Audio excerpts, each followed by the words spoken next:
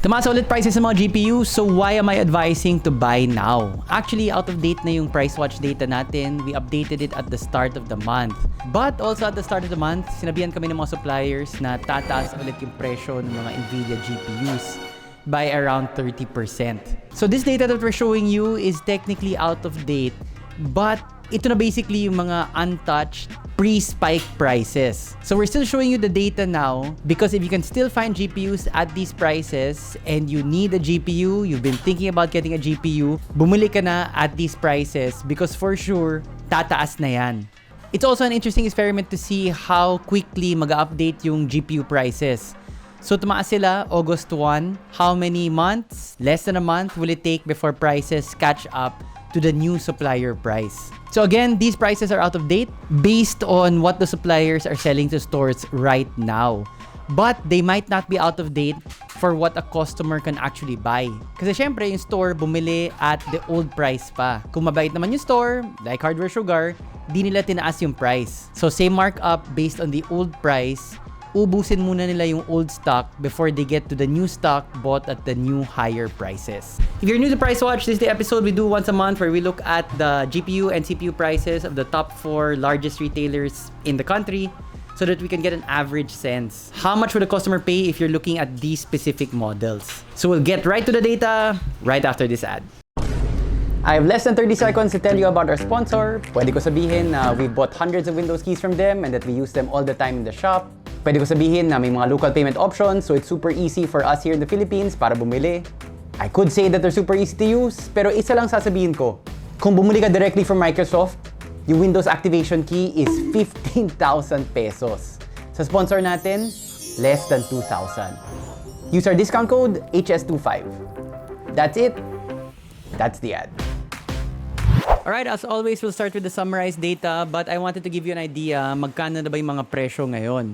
So, I prepared a very mabilisan lang na price sheet. So, based on current supplier prices, these would be the retail prices of some of these cards.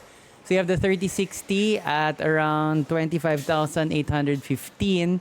You notice that's 3,000 pesos more than the listed price for the August price watch sheet. Actually, it's closer to 26. And then this was closer to 23. So, 23 tumalon to 26. Trying to do it in my head. 30% of 23 would roughly be a 6,000 peso increase. So, di naman to 30% in fairness. Mga 20% lang. And then we have the 5060. So, this is the cheapest that we could find. Current supplier prices and then retail price nga would be 29,000. Yan yung 30%. So when we get to the popular, more recent cards, yun, ang laki talaga nung price increase. So it's around 23 based on the price watch data, but yun nga, if they were to update their prices, it's at 29 now. So 23 to 29.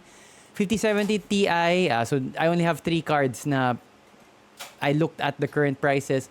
Although yung 4070 is around 44, I think. Sorry, 5070 rather. Which is not too bad. Wait, I will check. So we made a quote for somebody today. Let me just check. Not yet, go away. So a 5070 would be around 45,000. Not too bad. Well, 10% increase from its price last month. So mga 41, naging 45. But even the updated prices for this month, at the start of the month, mga 43 na rin siya. And in the 5070 Ti, actually, grabe nung price increases nung 5060 Ti. 5060 Ti, 35. I think the price now would be... We actually have in Hardware Sugar. So, start of the month, 5060 Ti, 16 gigabytes, around 35,000. Then we have it for 36,650. So, not too bad naman. But definitely an increase sa trend pataas. Because you can see it here, naging 33 nung June. Now it's at 36,650 for a PNY 3060 Ti. Sorry, 5060 Ti, 16 gigabytes. And then lastly, for the pinaka-updated prices, the 5070 Ti, wild range and wild price increase. So, at the start of the month, we were tracking it. Bumaba siya actually to around 62,700. But now, current prices from suppliers, the cheapest we could get is the colorful at around 72K, which jumps to 76K for the palette. And if you want a gigabyte, it's already at 82,000 for the 5070 Ti. Like I mentioned at the introduction, if you want to buy and you can find these prices now, kasi medyo pre-increase prices pa to, you might want to pull the trigger already. Alright, so we'll go through, these are, ideal prices. We'll go through them. Still no data for the 1650. To be honest, I really should update some of the models that we track kasi 1650, matagal na wala ng data. I don't feed the guys at the shop. And then 4060, no data. Although that's been only for 2 months, maybe we'll still be able to find models. So 1650, no data. 3050, slight price decrease, very slight lang. 3060, 12 gigabytes, price increase. And then yung nga, as mentioned, the current prices now, if they've updated their prices, the other stores, mas mataas pa dito. 5060, price increase. Again, as mentioned, 5060 Ti, 16 gigabytes. So the cheapest we could find at the start of the month is around 35,100. We have it naman at Hardware Sugar for just slightly more, like 1,400 pesos or so more at 36,650. So may supply pa naman. It's just that the prices have gone up. 5070, as mentioned, prices also went up. And if you look at the updated price of around 45K, it's the most expensive we've seen it ever. So we've seen it, we started tracking it last year, April, so at 40K, went down all the way to around 37,400. Now we're back up to 45K. 5070 Ti, yun nga, if you can find it at this price, 62,700, and you need that card, bilhin mo na. Kasi as mentioned, yun nga, these are the latest prices. We have, the cheapest would be at 72K. Not great. 5080 slightly went down, but the 5080 has also gone up. I just haven't updated it. Again, based on the latest supplier numbers. 5090 is 250,000 pesos.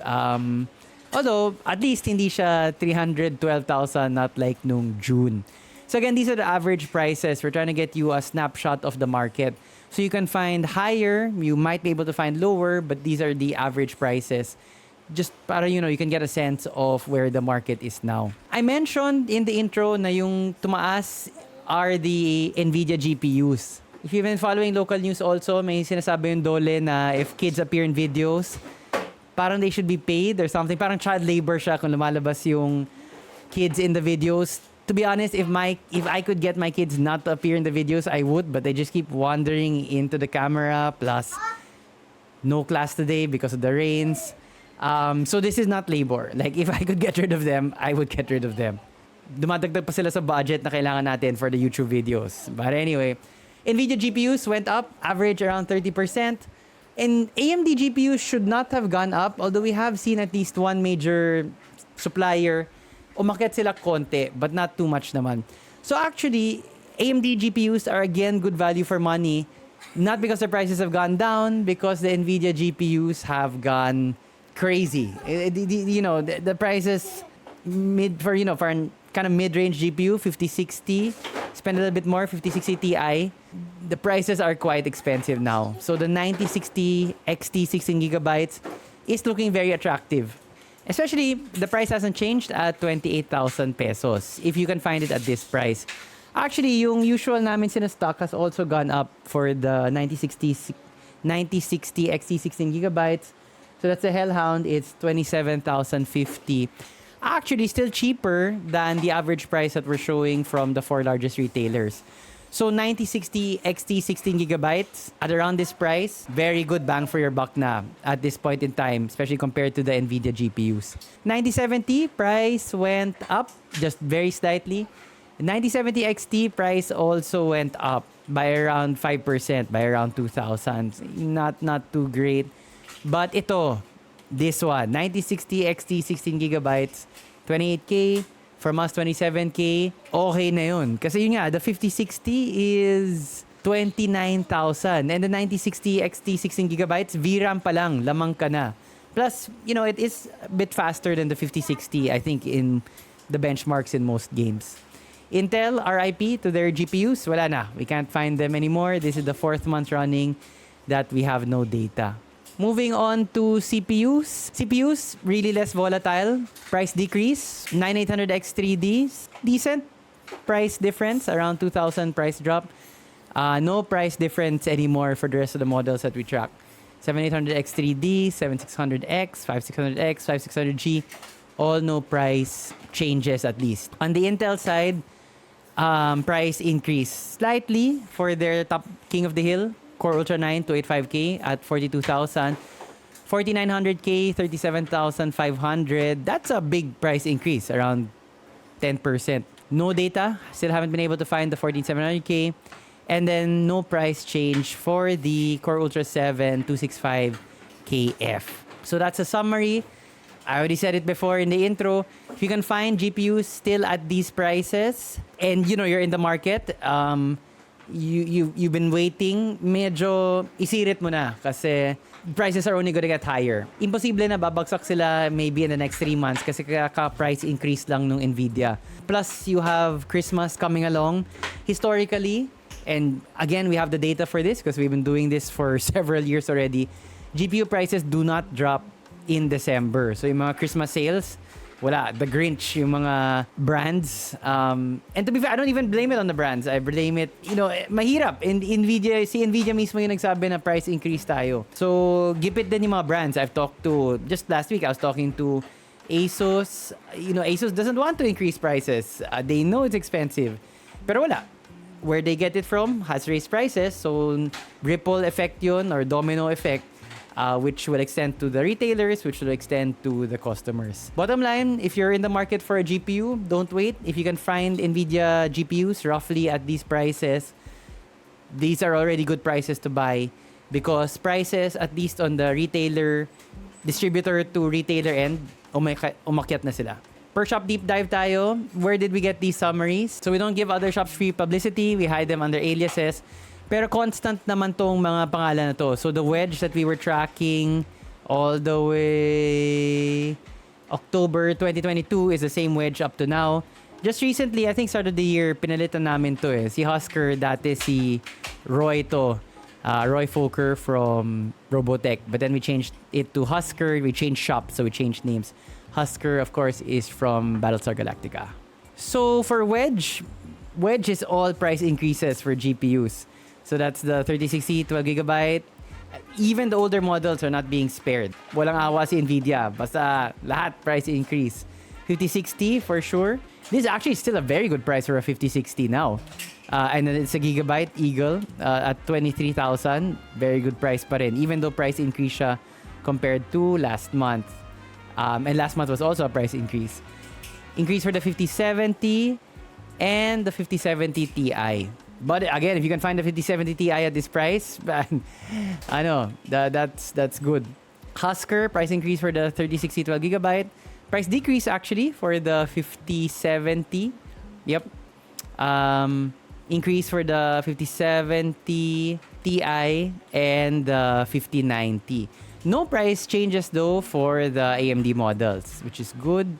Si Joker, very weird yung stock. So they have a lot of GPUs that are sold out, at least for the online store price list. And then price decrease though, this is although inline lang naman siya. So this is the 3050, inline lang naman with the other 3050 that we've seen. Price increase for the 5060, 24,150. Still a good price, you can find it now. And then price increases sila for their AMD cards. So AMD cards have gone up for some retailers, but just very slightly. Like 44,750, ito 44,400 last month from the same store. So si Wash, no stock for the 1650, 3060 12GB, and the 4060. No stock actually also for the 9060 XT 16GB and the 9070. For sure, us, we will keep stocking the 9060 XT 16GB as soon as possible because that's the best bang for your buck at this point. Pero slight price increase lang naman. Like last month, it was 45,650. Now it's 45,695. So 45 peso difference. Very small price increase lang. Moving on to CPUs.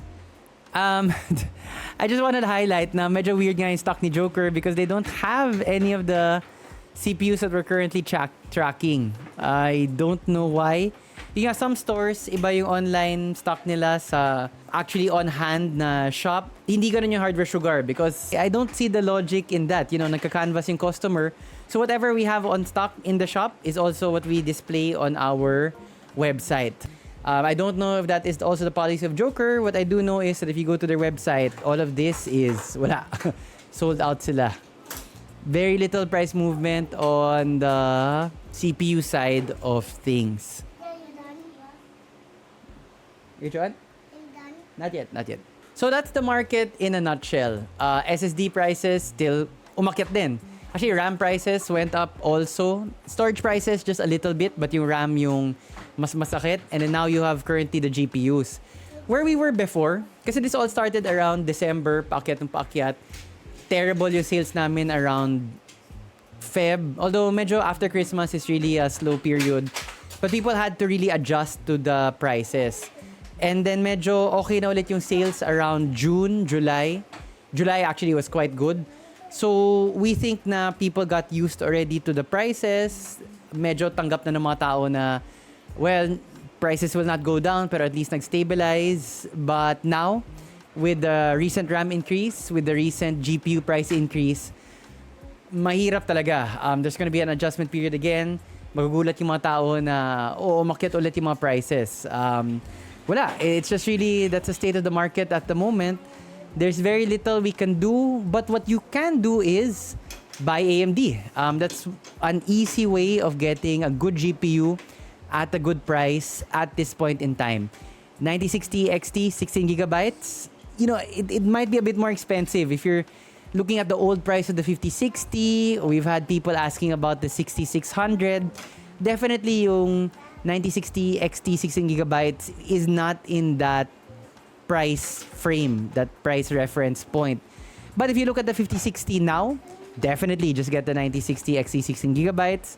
If you wanted sana a slower GPU, wala eh. It's really after the 5060, ano pa ba? 3060 12 gigabytes at around 24K or so. But just a bit more, just a little bit more, yun nga, this is 26 with us. Just 2,000 pesos more, you get a modern GPU, the latest model from AMD. So you have all of the latest AI upscaling technologies na possible. Compared to the 3060, it has less VRAM and it can't do some of the other AI upscaling tech. Because yun nga, to be fair, it's from 2 generations ago. 50 series na tayo. Tapos we're still considering the 3060 12 gigabyte model. What's the easiest way to save money on a GPU right now? It's to buy the 9060 XT 16 gigabytes. Is it a bit more expensive than your budget? It might be, but you might be getting more bang for your buck. Yung price to performance niya might be better compared to everything else now on the market. And you can get it for around 26K, 27K. That's pretty good. It will not be good news next month. But from an academic point of view, I'm curious to see how quickly how quickly mag-ripple out yung price increases. Because definitely we've had it on the supplier side already, starting August 1. From the retail side, I'm curious to see how long that will take. But if you're in the market, you can find GPUs at these prices pa. Now is the time to buy. And if you're looking for a store to buy PC parts from, to buy a whole rig from, please do consider Hardware Sugar. Thanks for watching.